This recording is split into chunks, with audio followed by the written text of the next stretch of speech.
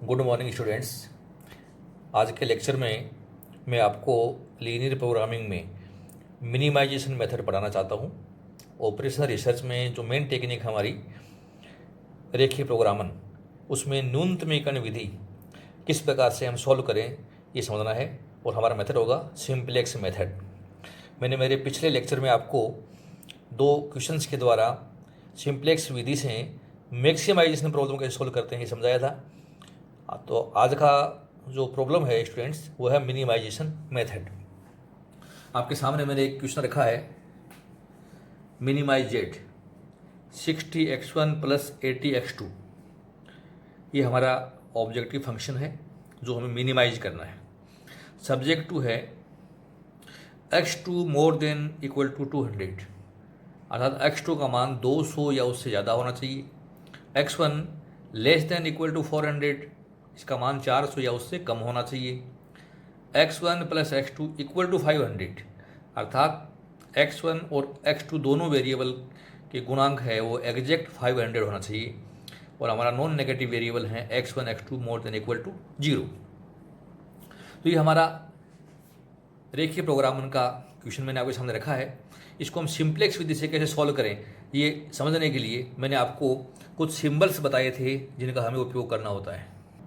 Dear students, मैंने आपको मेरे पिछले लेक्चर बताया था, मिनिमाइजेशन प्रॉब्लम में अगर लेस देन इक्वल टू चिन्ह आता है तो हमें स्लैक वेरिएबल जोड़ना होता है।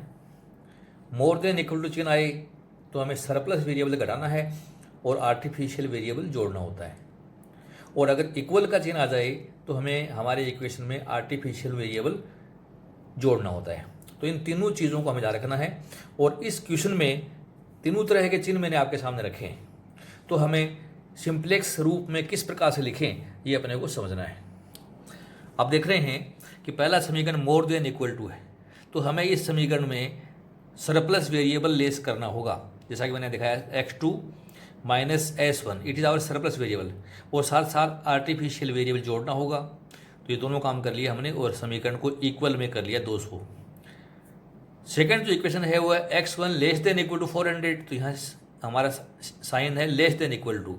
तो मैंने आपको बताया था कि अगर less than equal to sign आए तो हमें स्लैक वेरिएबल जोड़ना होता है। तो हमने इसमें स्लैक वेरिएबल जोड़ दिया और बराबर 400 हो गया।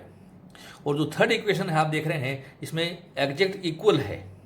इक्वल होता है तो हमें न तो सरप्लस वेरिएबल लेना है न स्लैक लेना है, बल्कि डायरेक्टली हमें इसमें आर्टिफिशियल वेरिएबल जोड़ना है। तो हमने आर्टिफिशियल वेरिएबल जोड़ दिया a2, क्योंकि a1 यहाँ आ गया था तो यहाँ पर a2 को बराबर कर दिया 500। और हमारे नॉन नेगेटिव वेरिएबल हैं x1 x2 s1 s2 a1 a2 more than equal to 0। तो ये हमारे नॉन नेगेटिव वेरिएबल हमने उतारे हैं। तो ये हमारा सिंप्लेक्स फॉर्मेशन हो गया इस क्वेश्चन का। अब हमें किस प्रकार से सोल्व करना है, इसकी मेथड समझनी है मिनिमाइजेशन की। मिनिमाइजेशन प्रॉब्लम सोल्व करने का मेथड है हमारा फ्लो चार्ट, जो मैंने आपके सामने रखा है, simplex method for minimisation case. सबसे पहले convert LPP in mathematical model. जैसा कि मैंने आपको बताया है कि हमें सरप्लस और स्लैक वेरिएबल, आर्टिफिशियल वेरिएबल जोड़कर हमें मैथमेटिकल रूप इसका देना है। Convert all inequalities to equalities, added necessary surplus and artificial variables. तो स्टूडेंट्स, हमने ये काम भी कर लिया है। हमने सरप्लस सेलेक्ट वेरिएबल का एडजस्टमेंट कर लिया, आर्टिफिशियल वेरिएबल भी ले लिए। सेटअप इनिशिएटेबल, हमें प्रथम तालिका बनानी है। तालिका बनाने के बाद में हमें examine the CJ minus ZJ index row, अर्थात हमें शुद्ध मूल्यांकन पंक्ति याद करनी है, जैसा कि आपने मैक्सिमाइजेशन की प्रॉब्लम में समझी थी। Are there any negative element in the index row, हमें देखना है कि हमारी शुद्ध मूल्यांकन पंक्ति में क्या कोई नेगेटिव एंट्री है क्या। विद्यार्थियों, आप ध्यान दीजिए, मैंने मैक्सिमाइजेशन में बताया था कि क्या कोई पॉजिटिव एंट्री है, हमने ये देखा था। लेकिन मिनिमाइजेशन में हमें देखना है कि are there any negative entry in the index row. If no, यदि नो है तो करेंट सॉल्यूशन इज ऑप्टिमल, अर्थात हमारा सॉल्यूशन आ गया है। लेकिन येस आ जाए कि नेगेटिव एंट्री है, select the largest negative value of CJ minus ZJ रो, अर्थात शुद्ध मूल्यांकन पंक्ति की सबसे लार्जेस्ट नेगेटिव वैल्यू आपको चुननी है। और जो वैल्यू आपने जिस कॉलम में चुनी है उसके लिए हमें उस कॉलम को हम की कॉलम कहेंगे। अब जैसे आपके पास की कॉलम आ जाएगा, तब divide the quantity column by corresponding coefficient in the key column, अर्थात जैसा मैक्सिमाइज में पढ़ा था कि क्वांटिटी के कॉलम में की कॉलम के अंकों का भाग देकर हमें रेशियो निकाल लेने हैं। Examine the ratio and select the row which smallest non negative value, हमें रेशियो देखने हैं और जो लीस्ट पॉजिटिव रेशियो है, अर्थात non negative means least positive ratio, हमें उस रो को चुनना है और दैट इज की रो, वो हमारी की रो होगी। और की कॉलम और की रो के बीच में जो अंक आ गया है वो हमारा की नंबर होगा। Revise the program and find the new basic table, अर्थात हमें फिर नई तालिका में जाना है और ये काम जब तक करना है जब तक कि हमारा ऑप्टिमम सॉल्यूशन नहीं आ जाए। तो स्टूडेंट ध्यान दीजिए, मैक्सिमाइजेशन प्रॉब्लम जैसे स्कूल की थी वैसे मिनिमाइजेशन है। फ़र्क इतना है वहाँ हमने लिस्ट, वहाँ हमने जब की रो में अर्थात हमारा शुद्ध मूल्यांकन पंक्ति में हमने पॉजिटिव रेशियो देखा था और यहाँ हमें नेगेटिव रेशियो देखना है। वहाँ सबसे बड़ा पॉजिटिव या सबसे बड़ा नेगेटिव रेशियो देखकर हमें की कॉलम का चुनाव करना है। आगे की प्रक्रिया ठीक वैसे ही है जैसा कि मैक्सिमाइज में था। बाकी सभी एंट्रीज के लिए सेम फॉर्मूला है हमारा, old element minus corresponding element of key row into corresponding elements of key column divide by key number. इस फॉर्मूले से हम शेष प्रविष्टियाँ उसी प्रकार से निकालेंगे जैसा मैक्सिमाइजेशन में याद की थी। स्टूडेंट्स, हम अब सबसे पहले फर्स्ट टेबल में आते हैं। प्रारूप सेम उसी प्रकार से बनाना है जैसा कि हमने मैक्सिमाइजेशन में बनाया था। हमारे पास वेरिएबल हैं x1, x2, s1, s2, a1 और a2। प्रति इकाई जो कॉस्ट है हमारी मिनिमाइजेड ये 60 और 80, s1 और s2 की 0 रुपये रहेगी। और आर्टिफिशियल वेरिएबल अगर मिनिमाइजेशन का क्वेश्चन होता है तो प्लस m, और मैक्सिमाइजेशन का क्वेश्चन होता है और आर्टिफिशियल वेरिएबल हो तो माइनस m हमारा जो है सीजे के कॉलम में हम लिखेंगे। अर्थात हमारी माइनस m मीन्स यहाँ प्लस m मीन्स बहुत बड़ी कॉस्ट है, अन्य सभी लागतों से एक बड़ी राशि, m मीन्स बिग अमाउंट, तो ये m हमें लेना होता है। अब हम प्रोग्राम वेरिएबल में अगर किसी क्वेश्चन में सरप्लस या सेलेक्ट वेरिएबल भी हो और आर्टिफिशियल भी हो तो हमें प्रोग्राम वेरिएबल आर्टिफिशियल का लेना है। हम देख रहे हैं फर्स्ट समीकरण में हमारे पास सरप्लस वेरिएबल भी है और आर्टिफिशियल भी है, तो हम आर्टिफिशियल वेरिएबल लेंगे। सेकंड में हमारे पास केवल सेलेक्ट वेरिएबल है तो हमने सेलेक्ट लिया है। थर्ड में हमारे पास केवल आर्टिफिशियल है तो आर्टिफिशियल लिया है। इनकी कॉस्ट हम देख रहे हैं, इसकी m है, इसकी 0 है और इसकी m है, जो हमारे यहाँ मिनिमाइजेड में दिखा रखी है। s2 की 0 और a1 और a2 की m है जो मैंने यहाँ लिख दी है। क्वांटिटी हमारे पास यहाँ दे रखी है 200, 400 और 500, तो 200, 400 और 500 में लिख दिया है। अब हमें इनके कोफिशिएंट उतारने हैं, तो x1 का मान हमें देखना है। फर्स्ट समीकरण में x1 है ही नहीं, तो x1 नहीं है तो ये 0 आ गया। इसमें x2 दे रखा है 1, तो x2 में मैंने लिख दिया है 1। s1 माइनस का 1 है तो ये s1 हो गया माइनस का 1। a1 1 है तो मैंने a1 में 1 लिख दिया, तो बाकी 0 हो गई। फर्स्ट इक्वेशन हो गया। सेकंड में आइए, सेकंड में x1 है 1, तो x1 में मैंने 1 लिख दिया। s2 में भी 1, तो ये s2 में मैंने 1 लिख दिया। बाकी कुछ है ही नहीं इसमें, तो ये 0, 0, 0 और 0 आ गया। थर्ड इक्वेशन में x1 1, x2 भी 1, a2 1, तो a2 में मैंने 1 लिख दिया है।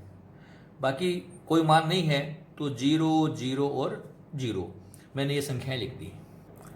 हमें अब जेड जे का मान चाहिए, तो आप देख रहे हैं स्टूडेंट्स 0 गुणा m, तो 0 गुणा m, 0 गुणा m प्लस 1 गुणा 0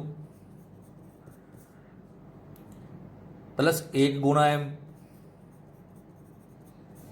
हमें बराबर करना है। तो ये 0 हो गया, ये भी 0 हो गया और ये योग आया m, तो हमारा पहला जेड जे आया m, तो मैंने यहाँ पर m लिख दिया है। अब इसी प्रकार हम सेकंड निकालेंगे।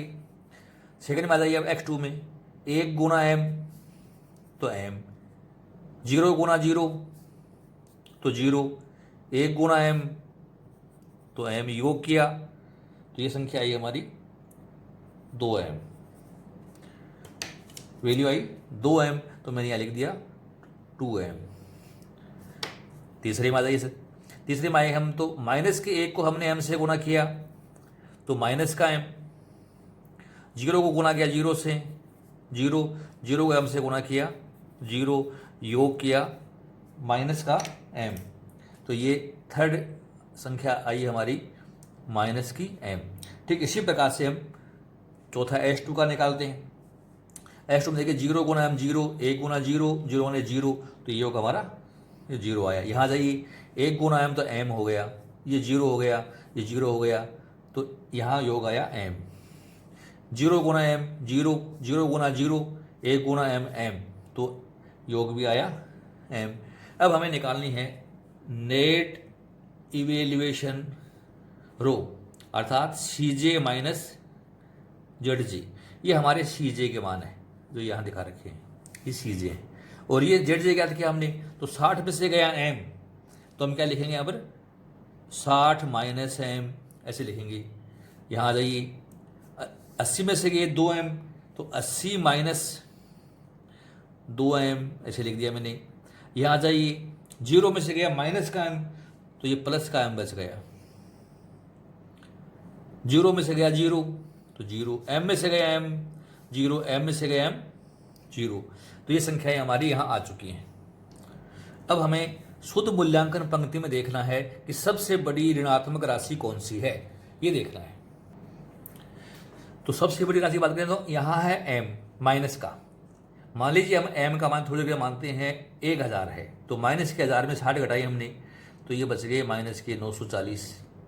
और यहाँ एम का मान 1000 लिया, तो ये 2000 में से 80 घटाया हमने, तो ये माइनस के बच गए 1920। तो बड़ी संख्या माइनस की हमारी ये है। तो जो माइनस की बड़ी संख्या होती है वो हमारे लिए मूल स्तंभ कहलाता है।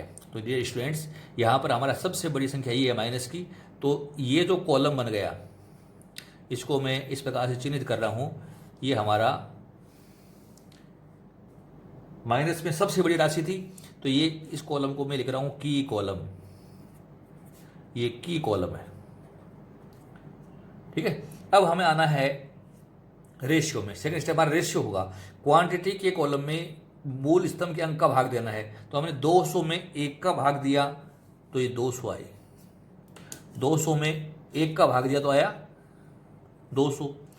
400 में 0 का भाग दिया, तो ये अनंत हो गया, अर्थात हमें ये मान नहीं लेना है। यहाँ 0 भी लिखें तो भी नहीं लेना अपने को, पॉजिटिव रेशियो लेना था। ये इसको मैं इन्फिनिट कर देता हूँ। 500 में हमने 1 का भाग दिया तो आया 500।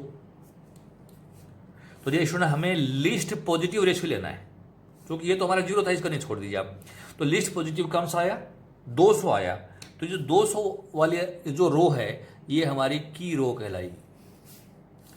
इस रो को मैंने नाम दे दिया, ये हमारी यहाँ तक ये की रो बन गई। तो मैं यहाँ लिख रहा हूँ की रो। और ये जो अंक आया है बीच में 1, इट इज आवर की नंबर, ये हमारा की नंबर है, ये मूल अंक है। तो इस तरीके से हमने प्रथम तालिका बना ली। अब हम सेकंड टेबल में आते हैं। टेबल 2, प्रोग्राम वेरिएबल, यहाँ कॉस्ट क्वांटिटी हमारी x1 x2 s1 s2। अब देखिए स्टूडेंट्स, हमारा यहाँ पर a1 आउट हो गया। आर्टिफिशियल वेरिएबल अगर एक बार आउट हो जाए तो दोबारा प्रोग्राम में नहीं आएगा, तो आपको इसको दोबारा प्रोग्राम में नहीं लिखा मैंने, और कॉलम में a1 मैंने डिलीट कर दिया है। तो a1 आउट हो गया, इसके x2 आ गया, कॉलम ये था, तो a1 की जगह में लिख दिया है x2, ये इनकमिंग वेरिएबल है। s2 हमारा एज इट इज़ है, इसमें कोई चेंज नहीं है, और a2 में भी कोई चेंज नहीं है, a2 अपनी जगह है। ये हमारा ZJ की रो बन गई। ये नेट इवेल्युएशन रो है, अर्थात CJ माइनस ZJ। तो इस तरीके से हमें ये तालिका फॉर्म कर ली है। अब हमें संख्याएं इसमें फीड करनी है, मेन रो हम छांटनी है। तो डियर स्टूडेंट्स, x2 की कॉस्ट देखिए आप, x2 की कॉस्ट 80 रुपये है, तो ये 80 रुपये में लिख दी।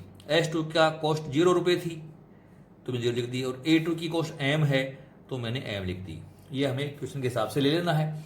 अब हमें संख्याएं छांटनी है। हमारी मूल पंक्ति के सभी अंकों में मूल अंक का भाग देना है। तो 200 में 1 का भाग दो, जैसा मैक्सिमाइजेशन में था वैसा मिनिमाइजेशन में है। 200 में 1 का भाग दिया तो आए 200, सेम संख्या रह गई हमारी। 200 में हमने अब 1 का भाग दिया, 200 आ गया। अब 0 में 1 का भाग दिया तो ये संख्या हमारी 0 मानी जाएगी। 1 में 1 का भाग दिया तो ये 1 हो गया। माइनस के 1 में 1 का भाग दिया ये माइनस का 1 है। 0 में 1 का भाग दिया तो 0, A1 हमारे कॉलम से हट गया है। A2 में 0 था तो 0 में 1 का भाग दिया तो 0, हमारी पहली रो बन गई। 200 फिर 0 फिर 1 माइनस 1 0 और 0।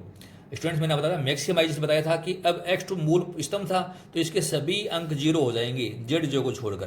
तो x2 में मैं 0 लिख रहा हूँ, 0 0 ये छोड़ना नहीं है और ये 0, इसको मैंने छोड़ दिया, z में नहीं लिखना, बाकी सब 0। मैंने एक आपको रूल ऑफ थंब और बताया था, मूल पंक्ति में यदि कहीं 0 है तो मूल स्तंभ के अंकों में नो चेंज है आएगा।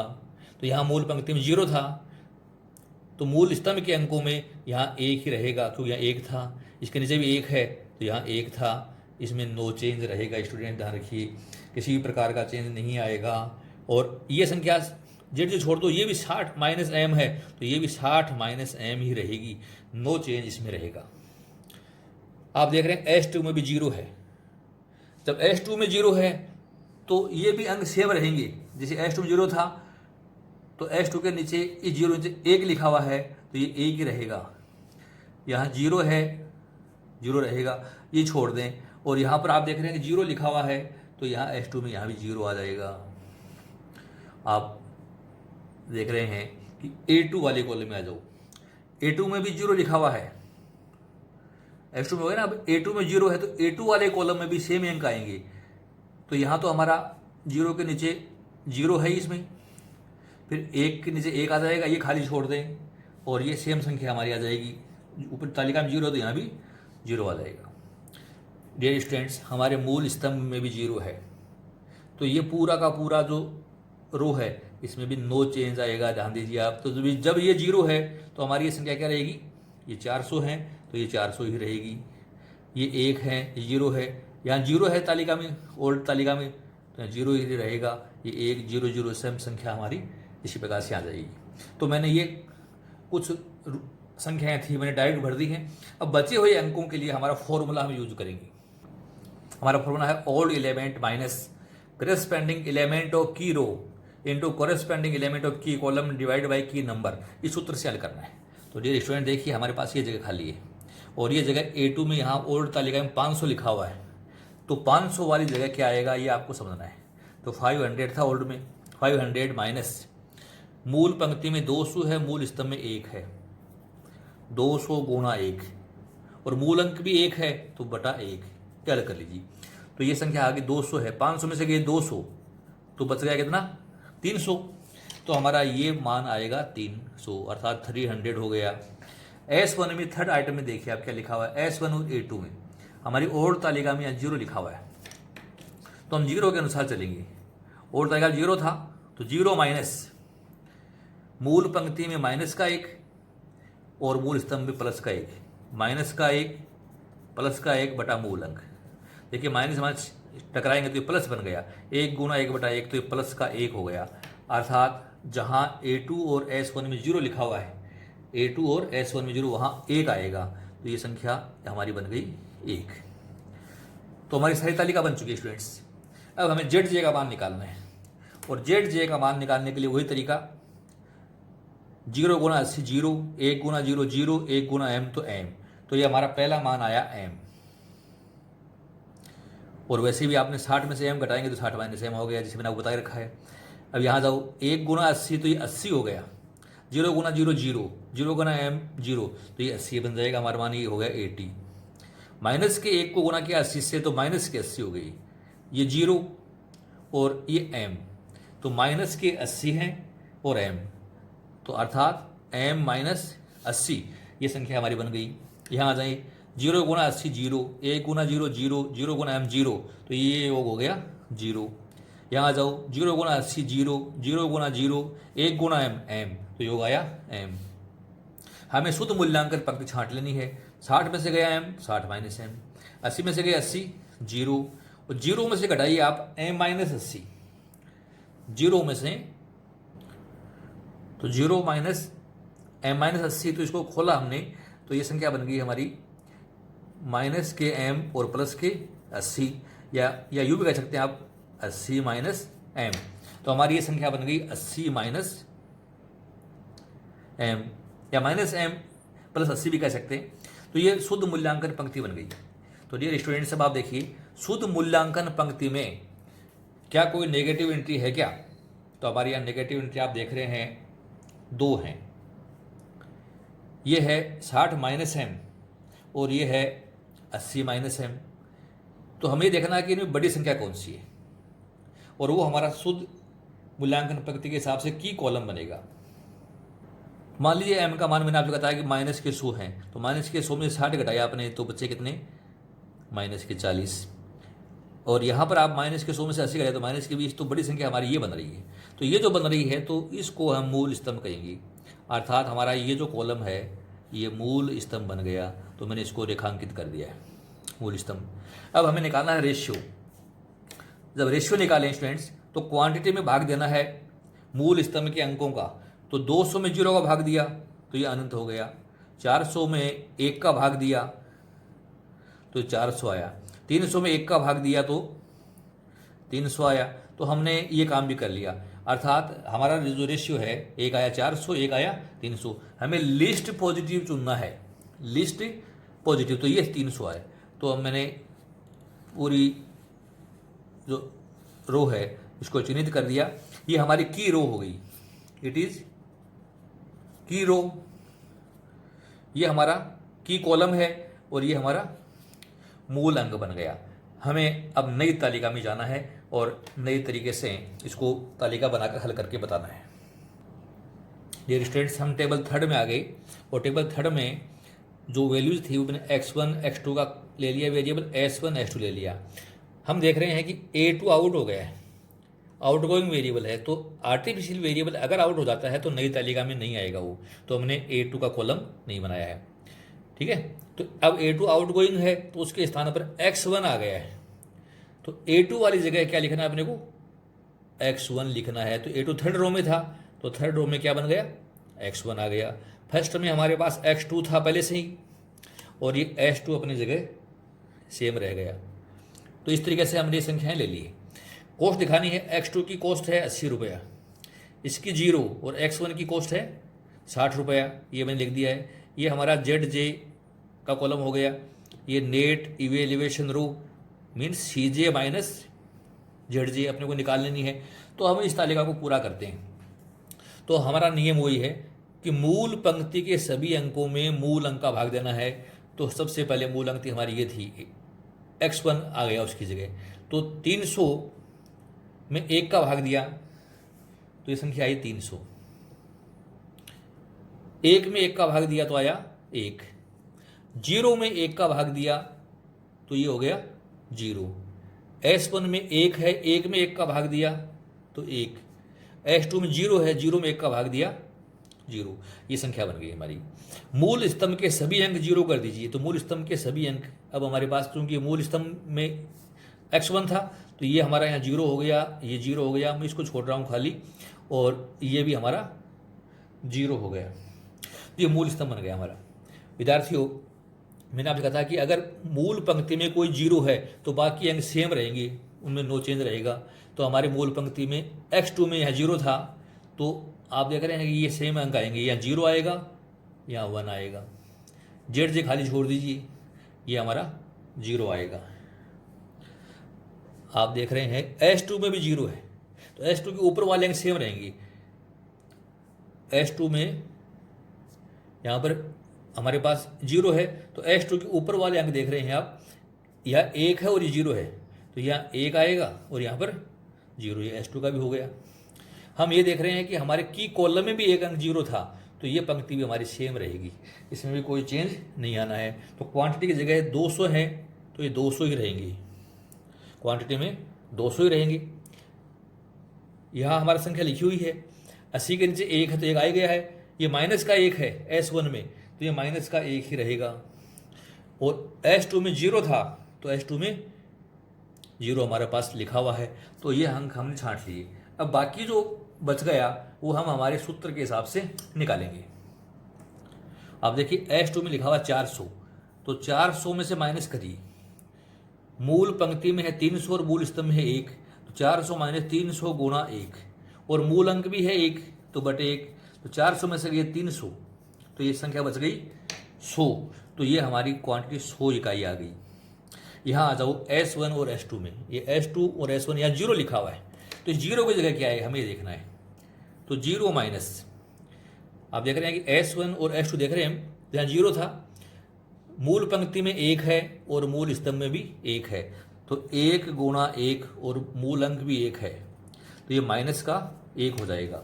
तो ये हमारी संख्या आएगी माइनस की 1 S1 में। तो हमारी तालिका के सारे मान आ चुके हैं विद्यार्थियों। अब हमें Z चाहिए, 80 गुणा 0 तो 0, 80 गुणा 0 गुणा 0 0, 60 गुणा 1 60, तो ये 60 आएगा, मैंने 60 लिख दिया, वो 60 में 60 गया, 0 बच गया।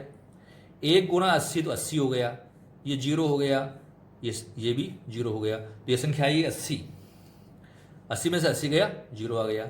माइनस 1 को आपने 80 से गुणा किया तो माइनस के 80, ये गुणा किया 0 तो 0, ये हमने गुणा किया तो आया 60, तो माइनस के 80 और 60 जोड़ दीजिए आप, माइनस के तो 80 हैं और प्लस के 60, तो ये हो गया माइनस का 20, तो ये मैंने लिख दिया माइनस के 20, और 0 में से माइनस के 20 गए तो ये प्लस का 20 बच गया। यहाँ आ जाएं आप, 0 गुणा 80 0, 1 गुणा 0 0, 60 गुणा 0 0, तो ये मान हमारा 0 है, तो ये मान आया 0, और जब 0 में से गया 0 तो 0। अब हमें कोई रेशियो की कोई जरूरत भी नहीं पड़ेगी, हमें किसी प्रकार के रेशियो की जरूरत नहीं है स्टूडेंट्स। हमें देखना है टेबल 3 में शुद्ध मूल्यांकन पंक्ति। शुद्ध मूल्यांकन पंक्ति हमारी या तो 0 हो गई है या पॉजिटिव हो गई है, तो हमारा अनुकूलतम हल आ गया है, अर्थात कोई नेगेटिव नहीं है, तो ये हमारी ऑप्टिमम सॉल्यूशन शो करने वाली टेबल है। तो हमें सॉल्यूशन छांटना है आंसर। हमें x1 और x2 दो आउटपुट है, x1 की यूनिट्स बनानी है हमने को 300 और x2 की बनानी है 200, x2 की 200। कॉस्ट पर यूनिट आप देख रहे हैं, x1 की कॉस्ट हमारे सवाल में 60 रुपये दे रखी है और x2 की कॉस्ट पर यूनिट है 80 रुपया। टोटल कॉस्ट छांटिए, 300 गुना 60 18,000, 200 गुना 80 16,000, और योग किया हमने आया 34,000। Total cost equal to 34,000। तो हमारा जो मिनिमाइज जेड था, मिनिमाइज जेड इक्वल टू, जैसा कि आपने पढ़ा था मिनिमाइज जेड, ये था हमारा 60x1 प्लस 80x2।